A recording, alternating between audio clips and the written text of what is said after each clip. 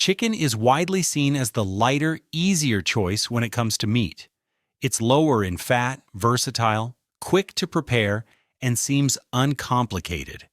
That's exactly why it ends up in so many shopping carts without much thought. But hardly any other food product differs as much between what we expect and what actually lies in the refrigerated shelf as chicken meat. This video on the US channel Shelf Truth is not meant to scare you, and it's not about judging anyone for eating meat. This is not about panic, morality, or bans. It's about understanding why the chicken you buy at the supermarket is often not what you think it is. Today, I'll show you 5 major supermarkets where I personally do not buy chicken. Not because it's illegal or unsafe, but because the way the animals are raised, sourced, and processed creates a very different reality than what the packaging suggests. Let's start with Lidl. Lidl is one of the most popular supermarkets in Germany, especially when it comes to low prices. When you look at their chicken selection, it seems appealing at first glance. Large packages, cheap prices, clean labeling, everything looks straightforward. But this is exactly where the real issue begins. The chicken from Lidl's standard range comes almost entirely from intensive conventional farming, even though words like fresh, regional, or controlled on the packaging may suggest otherwise. These chickens grow extremely fast and often reach slaughter weight in just 5 to 6 weeks. This is not a natural process, but the result of high-performance breeding designed specifically for rapid growth. This type of production puts enormous strain on the animals, especially on their bones, hearts, and internal organs. It also directly affects the meat itself. Many consumers notice that the chicken feels unusually soft, has a watery texture, and releases a lot of liquid when cooked, without really knowing why. Housing conditions are another key factor. Even though Lidl now offers some animal welfare programs, most of the cheap chicken still comes from the lowest housing categories, meaning very little space, almost no stimulation, and no outdoor access. The packaging often uses neutral designs or idyllic imagery that has little to do with the actual living conditions. Origin is also often misunderstood. From Germany does not mean small farms or short transport routes.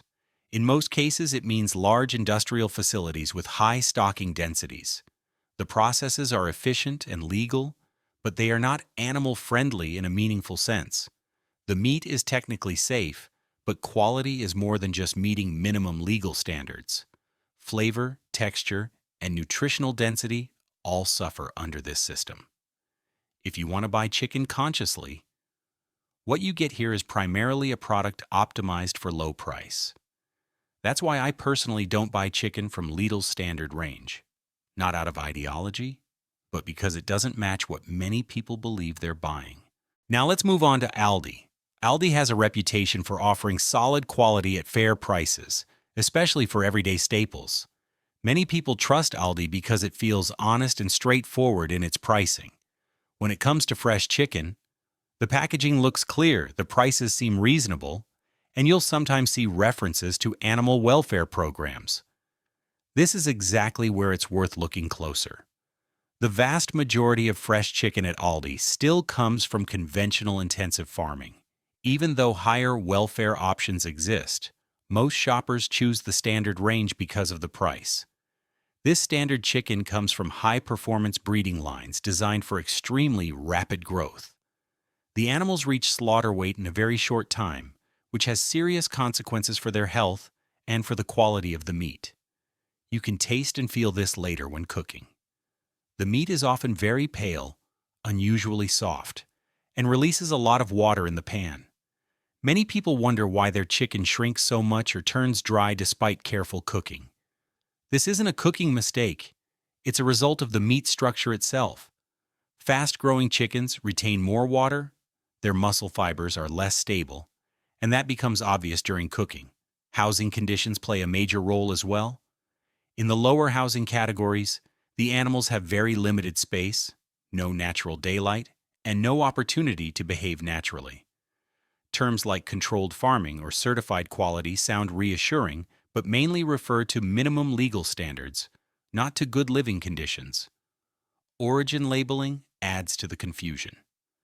German origin usually means large industrial operations with high animal density, not small family farms. The entire system is built for efficiency, not for quality or sustainability. Aldi's chicken is legal and safe to eat, but it is clearly optimized for low prices. If you care about flavor, texture, and how your food is produced, the standard chicken at Aldi often falls short of what the packaging suggests. That's why I personally avoid Aldi's standard chicken range. Next, let's take a look at Kaufland.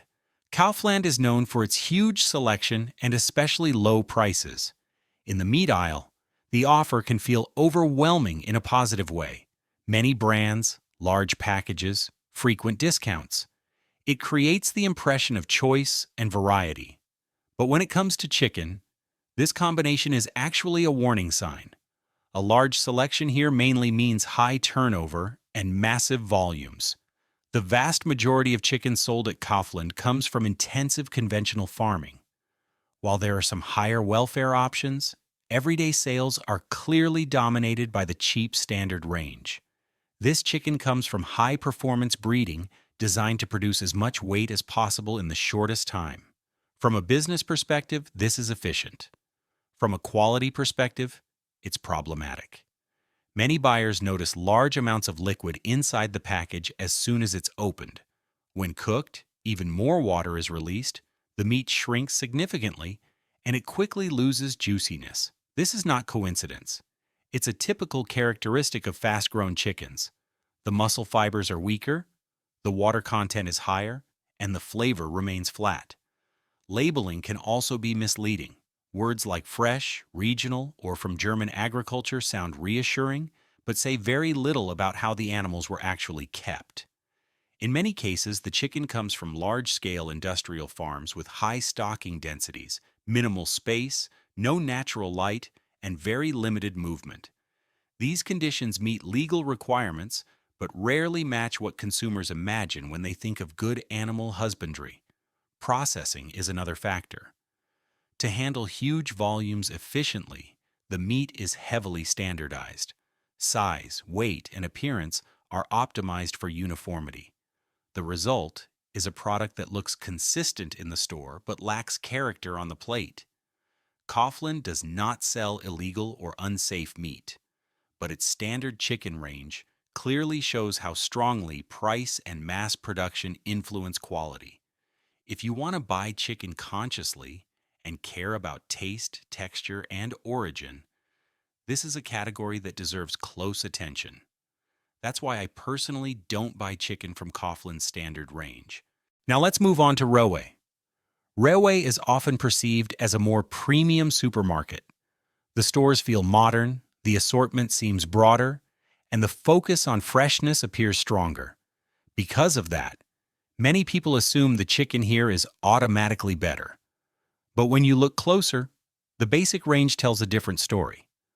The majority of affordable chicken at Rowe still comes from conventional intensive farming, just like at discounters. Housing categories 1 and 2 clearly dominate the standard assortment. The chickens grow extremely fast, reach slaughter weight within a few weeks, and live at very high stocking densities. This is legally permitted, but it has direct consequences for both animal welfare and meat quality. In terms of taste and texture, the pattern is very familiar. The meat is pale, soft, and releases a noticeable amount of liquid when cooked. Many people wonder why their chicken turns dry or lacks flavor even when prepared carefully. The reason isn't seasoning or technique, it's the structure of the meat itself. Fast-grown chickens develop weaker muscle fibers, which affects juiciness, texture, and overall eating quality. Labeling adds to the confusion. Phrases like "from the region," "controlled quality," or "responsibly produced" sound reassuring, but they usually refer to logistics, hygiene, or compliance with minimum standards, not to meaningful improvements in how the animals live. If you don't read the fine print, it's easy to assume a level of quality that simply isn't there. Rowe does offer organic chicken and higher welfare options, which is a positive step. However, these products make up only a small portion of the total range and come at a significantly higher price. Most customers still choose the cheaper basic products, which are hardly different from those at Lidl, Aldi, or Kaufland. Rewe's chicken is safe and legally compliant, but the standard range is clearly optimized for price and volume. If you care about flavor, texture, and knowing how your food is produced, you need to make a very clear distinction here. That's why I personally don't buy chicken from Rue's basic range. Finally, let's look at Adika. Adika is widely seen as one of the more high-quality supermarkets.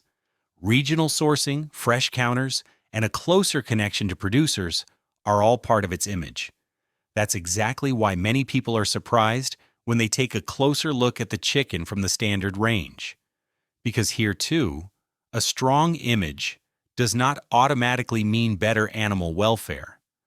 The majority of affordable chicken at Adika still comes from conventional intensive farming.